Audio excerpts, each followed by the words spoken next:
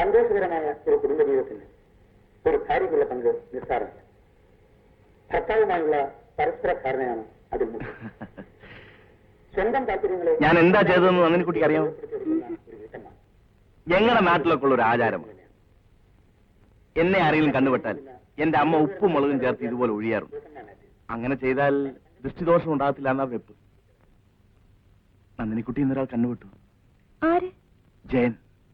അവൻ ശുദ്ധനായതുകൊണ്ട് പറഞ്ഞു പോയത്. അവൻ പറഞ്ഞു ഞാൻ ഭാഗ്യവാനാണ്. ഇത്രയും ഐശ്വര്യമുള്ള പെണ്ണിനെ കിട്ടിയ ഞാൻ ഭാഗ്യവാനാണ്. ശരിയാണോ?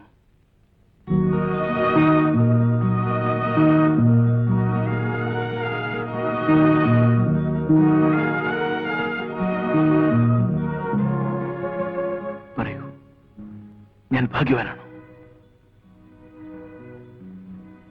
പറയൂ നന്ദിനിക്കുട്ടി.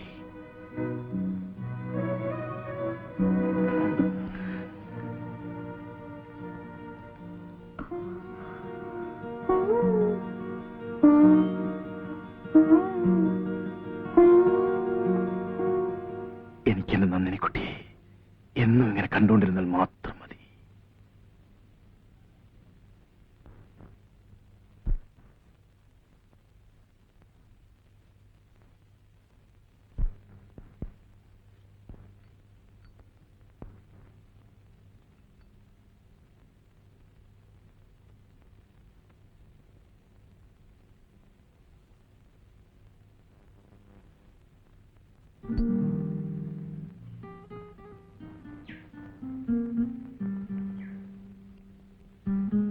നന്ദിനിക്കുട്ടി രാവിലെ പെരപ്പുറത്ത് കയറിയിരിക്കുകയാണ്.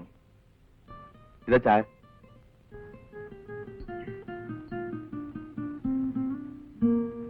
നന്ദിനിക്കുട്ടി ഇന്നലെ തീരെ ഉറങ്ങിയില്ല എന്ന് തോന്നുന്നു. എനിക്കും രാത്രി പെട്ടെന്ന് തീർന്ന പോലെ തോന്നി. അല്ല, നമ്മളോട് വന്നാൽ നമ്മുടെ റൊമാൻസ് നാട്ടുകാർ മുഴുവൻ കാണും. വരുവാത്തേക്ക്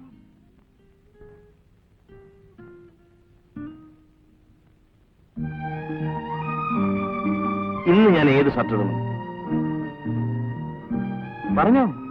നന്ദിനിക്കുട്ടി പറയുന്ന ഷർട്ടേ ഞാൻ ഇടത്തുള്ളൂ. ഈ ഷർട്ട് മതി. ഓക്കെ. അവിടെ നിന്നാ പോരാ, ഷർട്ടും കൊണ്ടുവരൂ.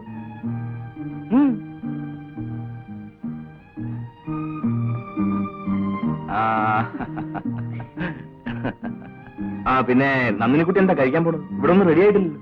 എനിക്കൊന്നും വേണ്ട. അത് ഞാൻ സമ്മതിക്കില്ല. എന്റെ കയ്യിൽ കിട്ടിയതുപോലെ നന്ദിനിക്കുട്ടി എന്നും ഇരിക്കണം. അത് പട്ടിണി കിടന്ന് നശിച്ചു പോകാൻ ഞാൻ സമ്മതിക്കില്ല. പാച്ചുള്ള ബ്രെഡും മുട്ടയും കൊണ്ടുവരും. ഓംലെറ്റ് ഉണ്ടായി കഴിച്ചോളൂ. ഉച്ചയ്ക്കുള്ള ഊണ് ബോയ് വരുമ്പോ കൊടുത്തയച്ചാൽ മതി. പിന്നെ ഗ്യാസ് ഞാൻ പറയണ്ടല്ലോ. ഞാൻ വരട്ടെ.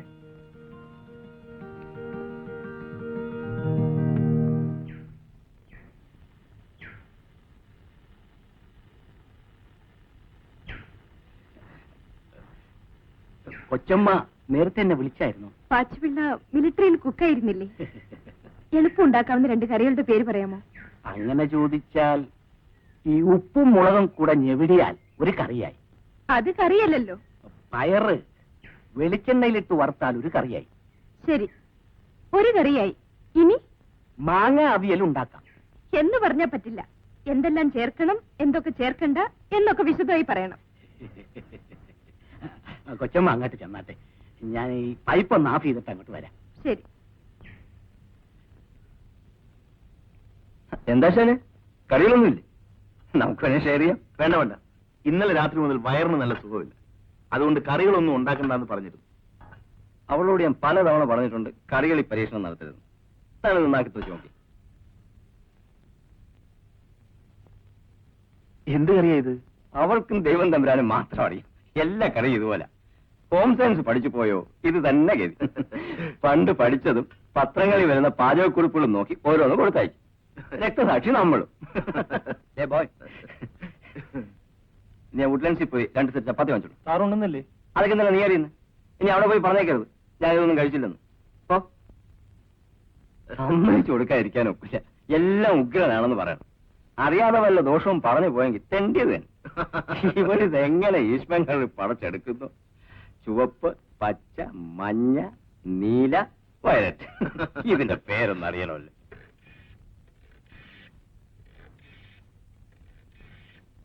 ഹലോ ജയന, വസന്തി, ഇന്ന് ഉച്ചയ്ക്ക് കൊടുത്തയച്ച ചുവന്ന കറിയുടെ പേരെന്തുവാ? ഇളം ചുവപ്പല്ല, കടും ചുവപ്പ്. ആ ചോരയുടെ നിറത്തിലുള്ളത്. Farmers white omelette. മറ്റതോ, ആ നീല നിറത്തിലുള്ളത്? ഒന്നുമില്ല, ഞാൻ അല്പം രവിക്ക് കൊടുത്തു. അവനത് വളരെ ഇഷ്ടപ്പെട്ടു, അതുകൊണ്ട് പേര് ചോദിച്ചെന്ന് മാത്രം. ഓഹോ, ഓ, ചുമ്മാതാണോ നമ്മളൊക്കെ ചുറ്റി പോണത്? ഇതിന്റെ പേര് കേട്ടാ മതിയല്ലോ, ചിക്കൻ ജാൽ ഫ്രീസ്.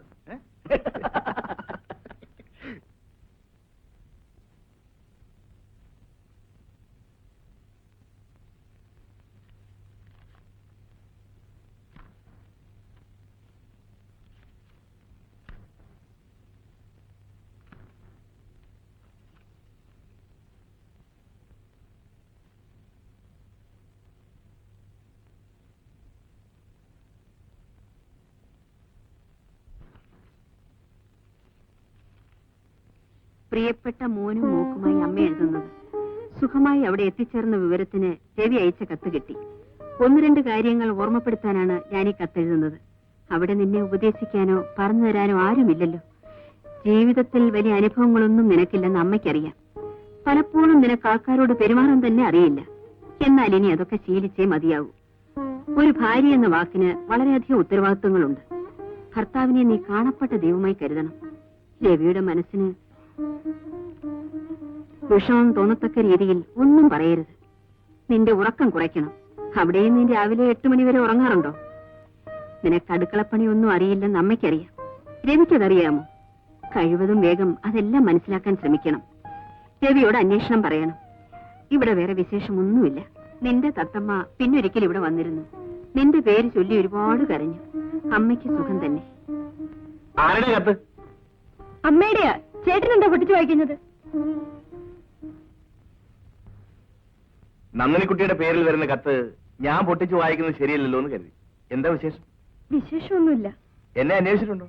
പ്രത്യേകമായി അന്വേഷണം അറിയിക്കാൻ എഴുതിയിട്ടുണ്ട്. സന്തോഷം.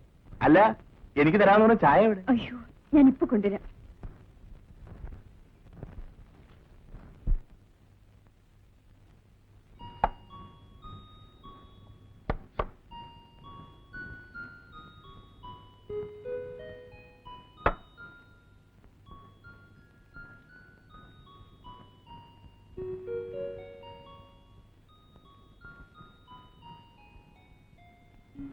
എന്റെ കറികളൊന്നും കൊള്ളില്ലല്ലേ?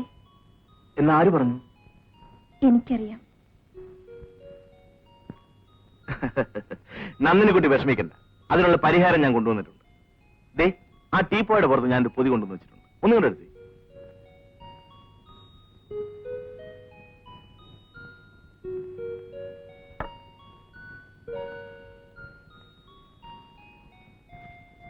ആ പൊതി കഴിച്ച് എന്താ നോക്കി?